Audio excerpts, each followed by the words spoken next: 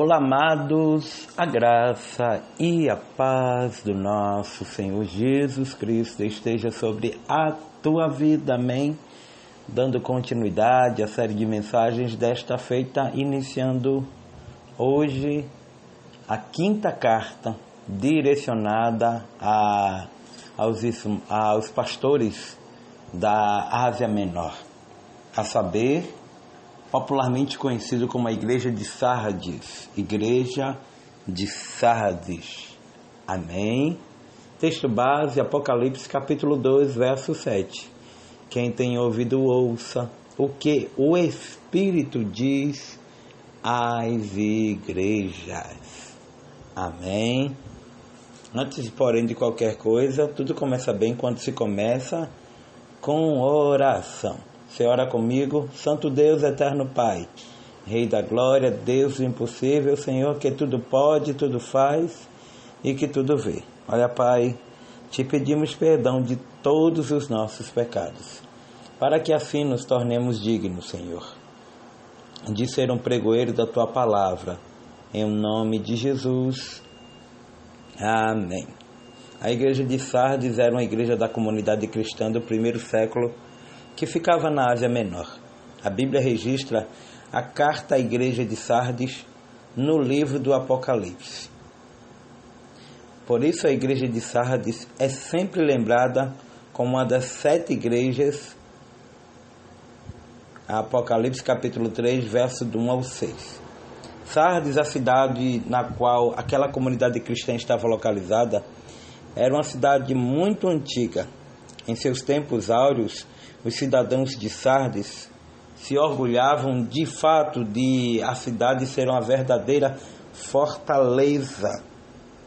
Na verdade, por muito tempo, Sardes foi uma cidade praticamente inconquistável.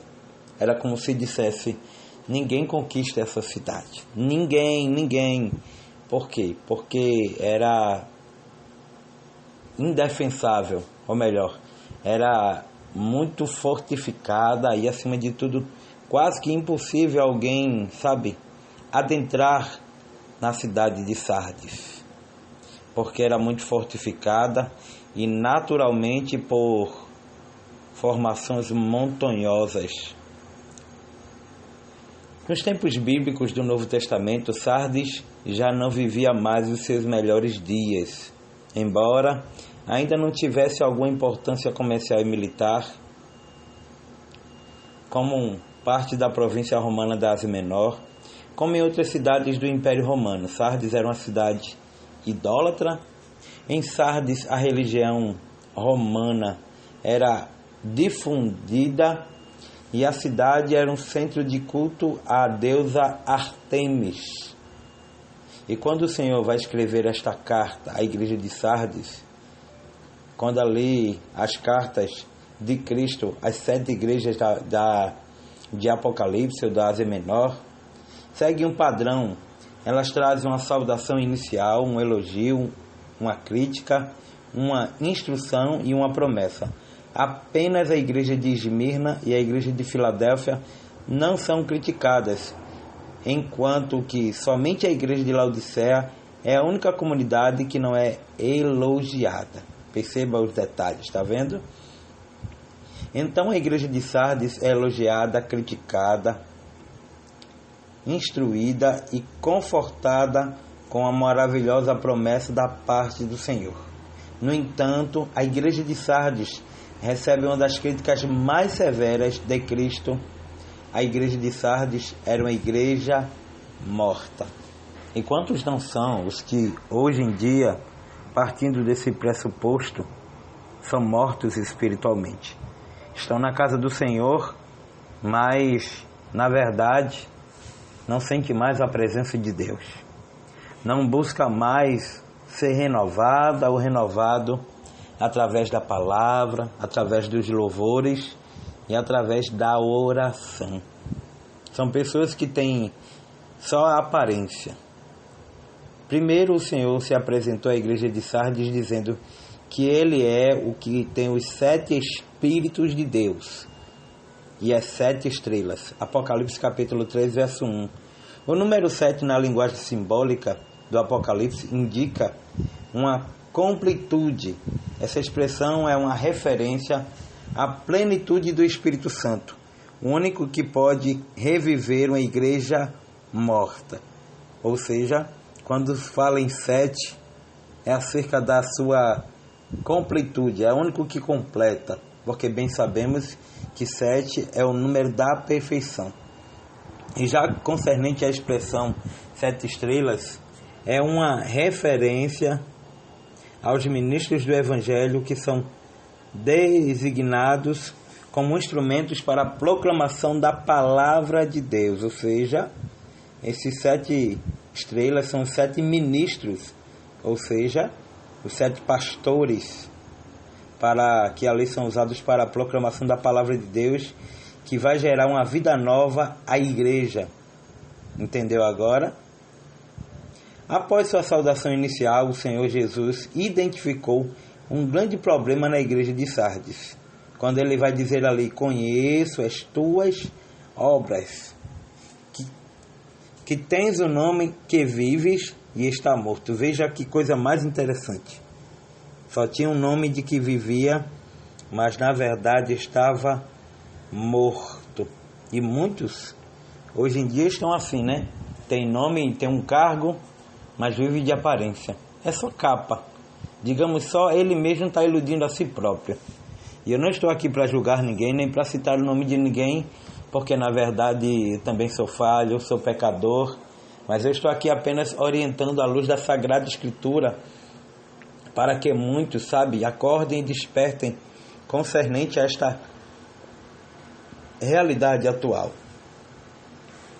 E quando eu olho para isto, o Senhor falando, a igreja de Sardes tinha uma boa reputação diante dos homens e uma péssima reputação diante de Deus. Tem pessoas que são assim, né?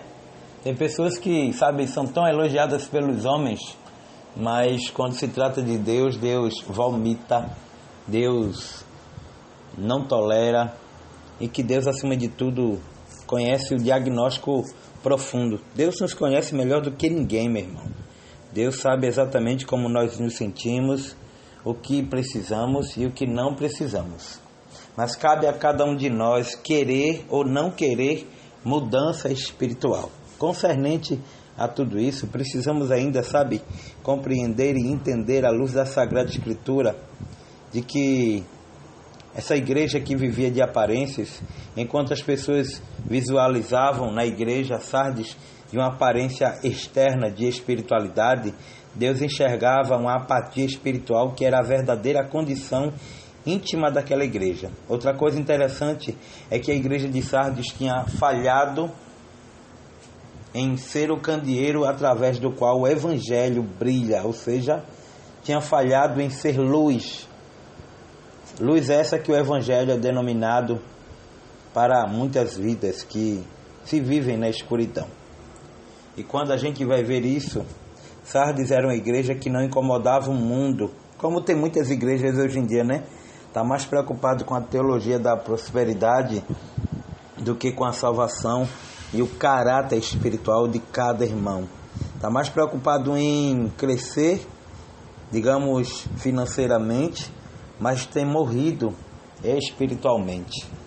E com tudo isso, ao invés de influenciar a cultura de sua época, a igreja de Sardes, que era uma igreja influenciadora pela cultura mundana, a verdade é que a igreja de Sardes tinha falhado em ser igreja.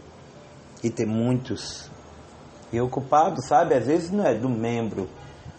O culpado, às vezes, às vezes os culpados somos nós mesmos, que tomamos atitudes, da nossa maneira, sem querer consultar a palavra, querendo agradar aos homens, o mundo, mas na verdade morrendo gradativamente.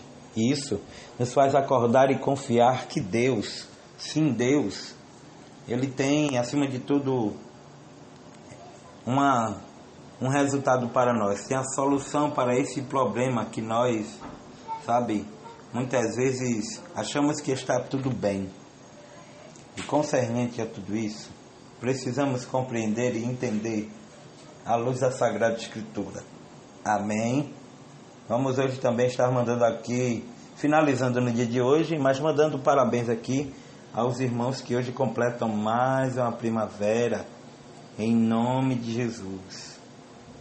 Todos que hoje completam mais uma primavera, deixa eu estar mandando parabéns, e que o nome do Senhor seja glorificado sempre e eternamente, e que a palavra de Deus seja de mudança ao teu coração.